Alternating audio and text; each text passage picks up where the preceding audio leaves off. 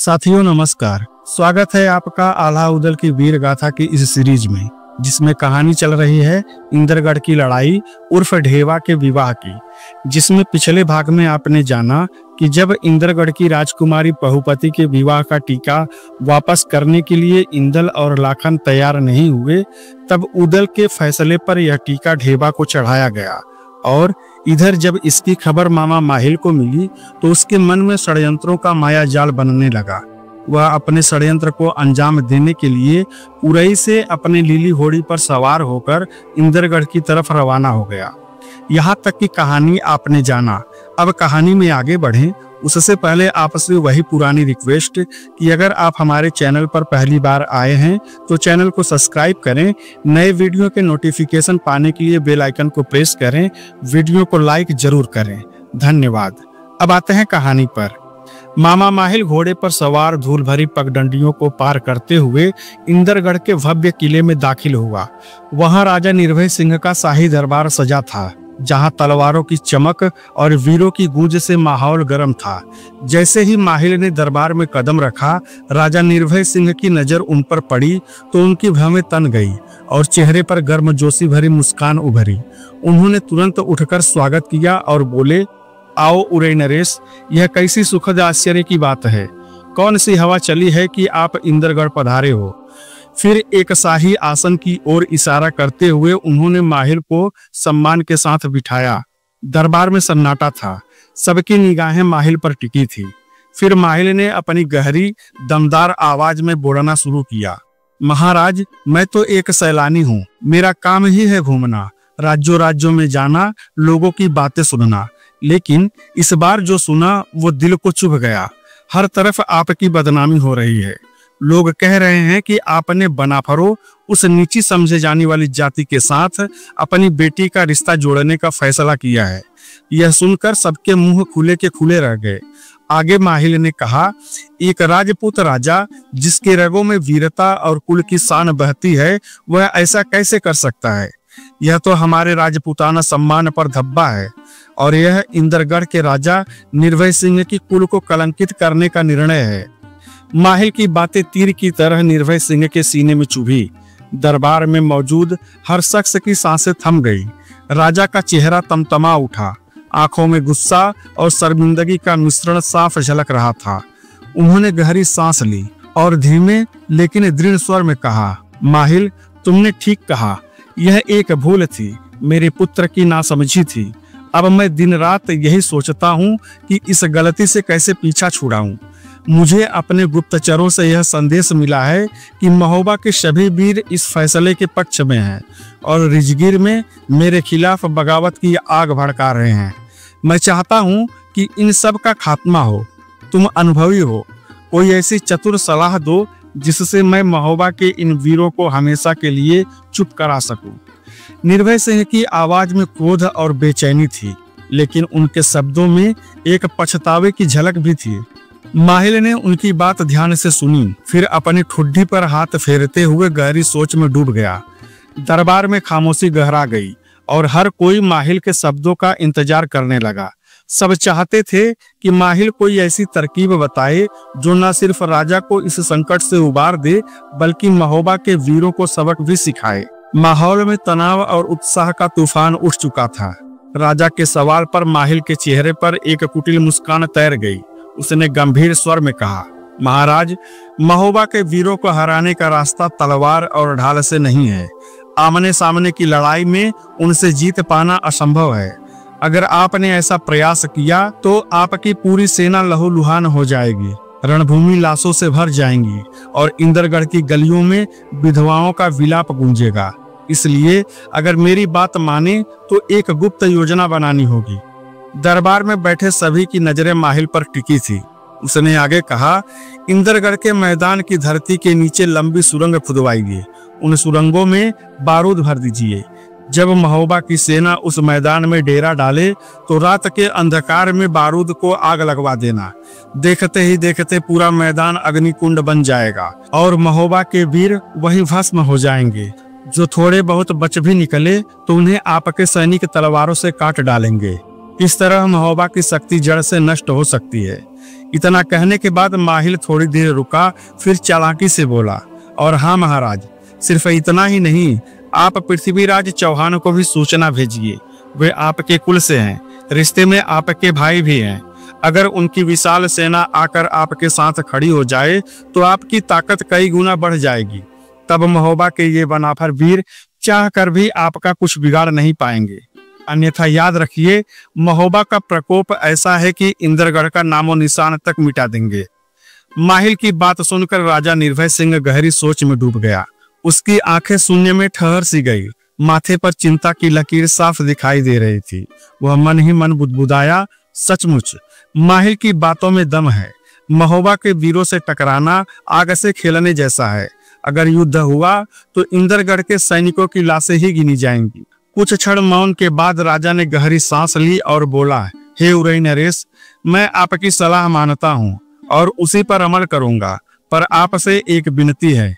यदि आप पिथौरागढ़ की ओर जा रहे हैं तो कृपया मेरा यह पत्र लेकर पृथ्वीराज चौहान को दे दीजिए और उन्हें इंद्रगढ़ पर मंडरा रहे इस संकट की पूरी जानकारी दीजिए, जिससे वह इंद्रगढ़ की मदद के लिए तैयार हो जाए।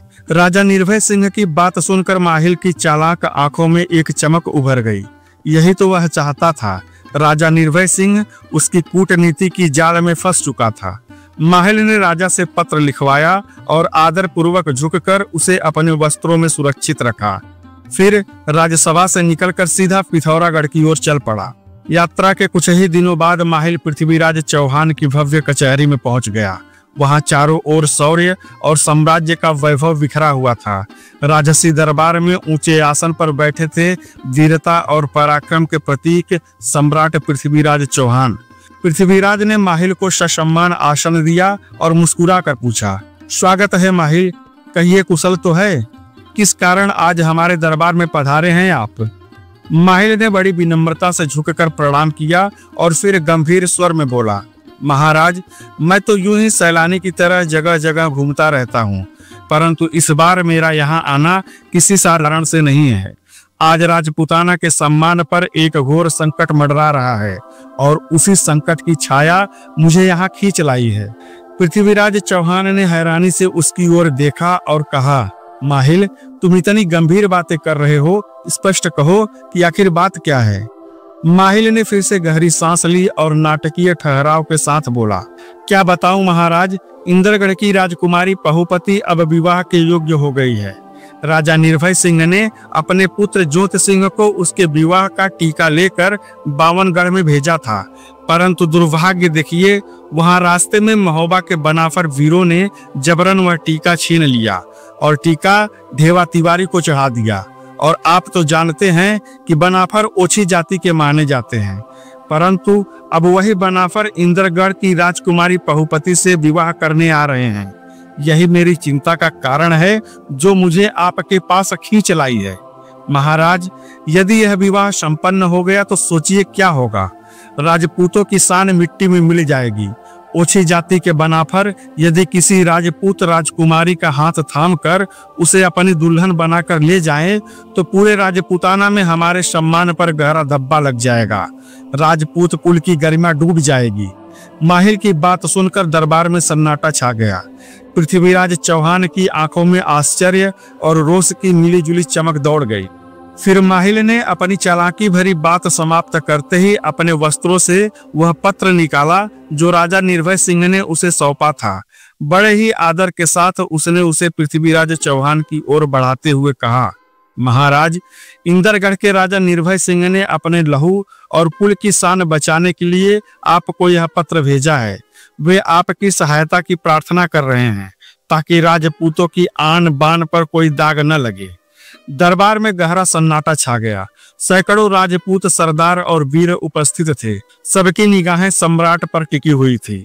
पृथ्वीराज चौहान ने गंभीरता से पत्र उठाया और जैसे जैसे उनकी आंखें पंक्तियों पर दौड़ी, उनके चेहरे पर क्रोध और दृढ़ता की लहरें उठने लगी और जब पत्र समाप्त हुआ तो उनकी आंखें खून की तरह लाल हो चुकी थी।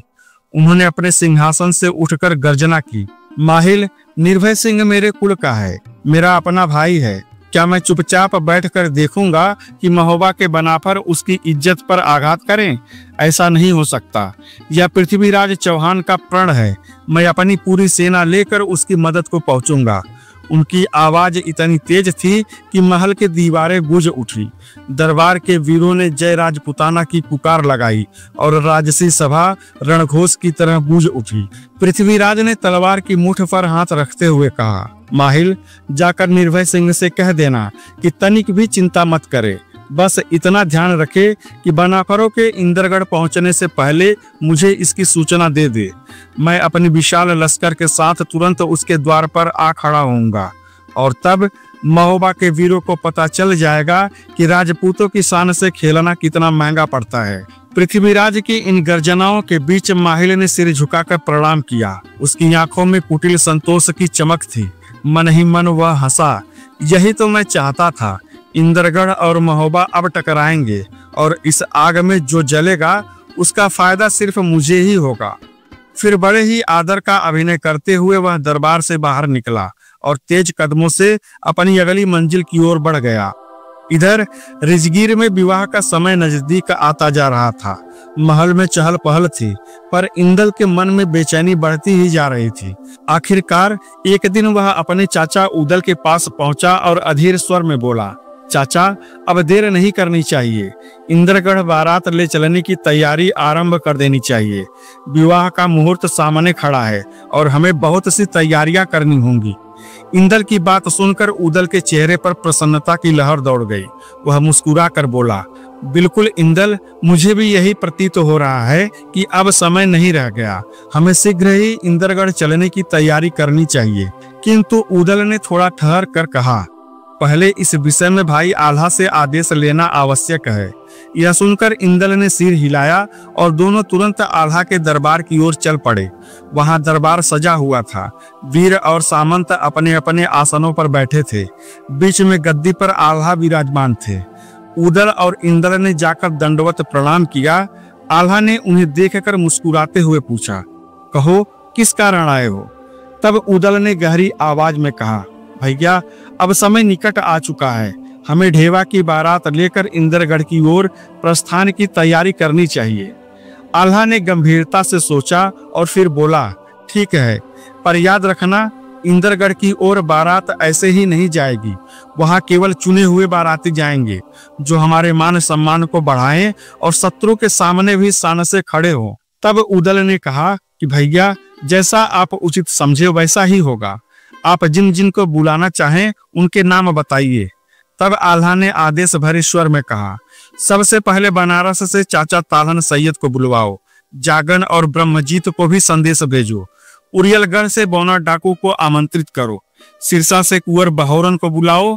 जोगा भोगा मोहन मोती मकरंदी सबको समाचार पहुंचा दो। और हाँ, जितने भी हमारे रिश्तेदार और मित्र राजा हैं उन सभी के पास पत्र भेजो और पत्र में लिख देना कि सबको आना अनिवार्य है।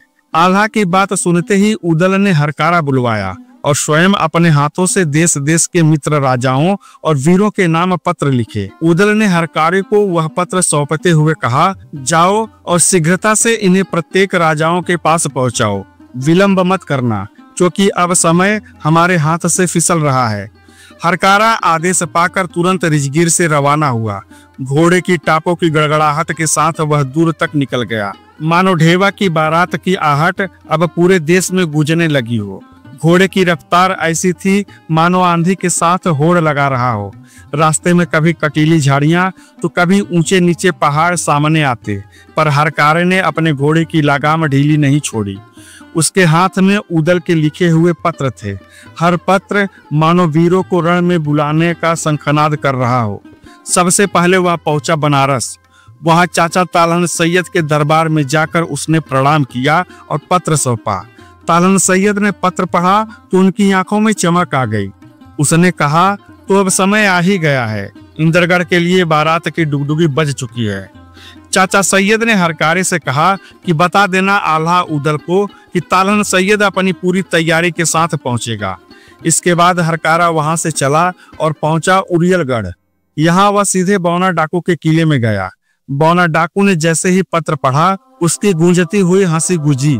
आखिरकार अब तलवारें खनकेंगी और डाकुओं का सरदार भी बारात का हिस्सा बनेगा। और हरकारे से कहा कि जाओ और आल्हा से कहना कि बौना डाकू अपने घोड़े पर बैठकर सबसे आगे चलेगा।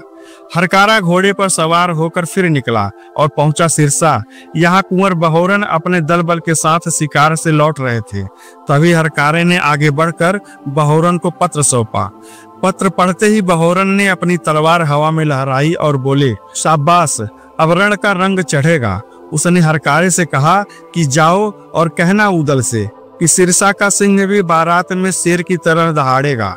इसके बाद हरकारा दौड़ते दौड़ते जोगा, भोगा, मोहन, मोती, मकरंदी तक पहुंचा। सबने पत्र पढ़कर वचन दिया कि वे बारात में ऐसे सम्मिलित होंगे जैसे अग्नि में चिंगारी। दिन और रात की परवाह किए बिना हरकारा अलग अलग राज्यों और किलों तक दौड़ता रहा। कभी बारिश की तेज बौछारें उसके रास्ते को रोकती, तो कभी घना अंधकार उसे डरा देता, तो कभी डाकुओं के झुंड उसकी राह में आ जाते। पर हरकारा उदल के आदेश को धड़कन की तरह अपने दिल में लिए था। उसने किसी भी बाधा को अपनी गति कम करने नहीं दी। कुछ ही दिनों में चारों दिशाओं से संदेश आने लगे कि हम लोग बहुत जल्द रिजगिर पहुंच रहे हैं, जिसे सुनकर आल्हा को काफी प्रसन्नता हुई। मानो पूरा भारत ढेवा की बारात के लिए उमड़ पड़ा हो। जहां जहां ये पत्र पहुंचे वहां वहां नगाड़ों की गड़गड़ाहट सुनाई देने लगी। हर योद्धा अपने अस्त्र शस्त्र संभालने लगा। हर राजा अपनी सेनाओं को तैयार करने लगा। अब माहौल ऐसा था जैसे आसमान में बादल गरज रहे हो और धरती पर युद्ध का व्रत लेने वाले वीर एक एक कर उठ खड़े हो रहे हो। कुछ ही दिनों में चारों दिशाओं से वीर सरदार और राजा रिजगिर पहुंचने लगे। बनारस से तालन सैयद, उरियल से बौना डाकू, सिरसा से कुंवर बहोरन और साथ ही जोगा, भोगा, मोहन, मोती, मकरंदी सहित अनेक रिश्तेदार अपने अपने दल बल के साथ आए। रिजगिर का वातावरण रणघोष से गूंज उठा। आल्हा उदल ने सबका भव्य स्वागत किया। नगाड़ों की धमक, शंखनाद और जय घोष से महल की दीवारें हिलने लगी। अब बारात की तैयारियां अंतिम चरण में थी। घोड़े सजाए जा रहे थे, हथियार चमकाए जा रहे थे और हर वीर उत्साह से प्रतीक्षा कर रहा था कि कब इंद्रगढ़ की ओर कूच होगा। निर्धारित दिन जैसे ही आया, रिजगिर की धरती पर मानो उत्सव का महासमुद्र उमड़ पड़ा। प्रातःकालीन सूरज की सुनहरी किरणें आकाश को अवलोकित कर रही थी। उसी क्षण नगाड़ों की गड़गड़ाहट गूंज उठी। रणभेरी की तीव्र ध्वनि ने वातावरण में ऐसा संचार किया कि लोगों के रोंगटे खड़े हो गए। महल से लेकर गलियों तक हर ओर उल्लास और उमंग की लहर दौड़ रही थी। ढेवा की बारात के लिए जब वीर तैयार होकर बाहर निकले तो उनका रूप देखते ही बनता था। घोड़े चांदी और सोने की झंझरीदार काठी से सजाए गए थे। उनकी गर्दनों पर घुंघरू बंधे थे जो हर कदम पर मधुर झंकार भर रहे थे। हाथियों के पीठ पर शाही हौदे जड़े हुए थे जिन पर लाल और पीले रेशमी झंडे हवा में लहरा रहे थे। बारातियों का शस्त्र श्रृंगार अद्भुत था।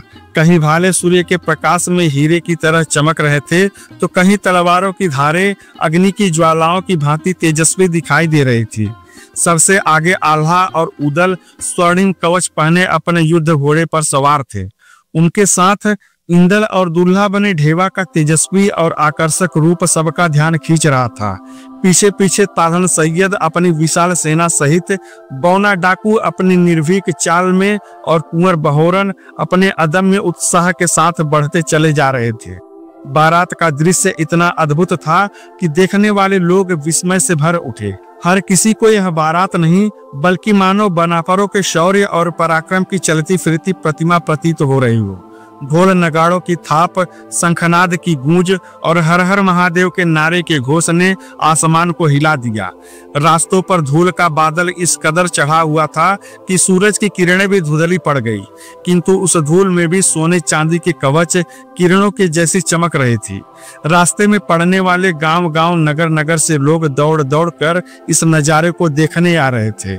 और जब प्रजा ने इस अद्भुत बारात को देखा तो गर्व से कहा, देखो, यह ढेवा की बारात है जिसमें सूरवीरों की शान, पराक्रम और बनाफर गौरव का संगम है। बारात कई दिनों तक रात और दिन चलती रही। आखिरकार वह समय भी आया जब ढेवा की बारात इंद्रगढ़ के मैदान में पहुंच गई और वहीं आल्हा ने तंबू गड़वा दिए। साथियों, अब आगे क्या होगा क्या माहिर का षड्यंत्र कामयाब होगा? क्या राजा द्वारा सुरंग में रखे बारूद से महोबा की सेना का सर्वनाश होगा, या ढेवा का विवाह इंदरगढ़ की राजकुमारी पहुपति से हो जाएगा? क्या पृथ्वीराज चौहान निर्भय सिंह की मदद के लिए आ पाएंगे? ऐसे ही तमाम सवालों के जवाब जानने के लिए हमारे साथ बने रहें। हमारे चैनल हिंदीवादी ज्ञान को सब्सक्राइब करें, वीडियो को लाइक करें और ज्यादा से ज्यादा शेयर करें। पीछे की कहानी जानने के लिए प्लेलिस्ट अवश्य देखें।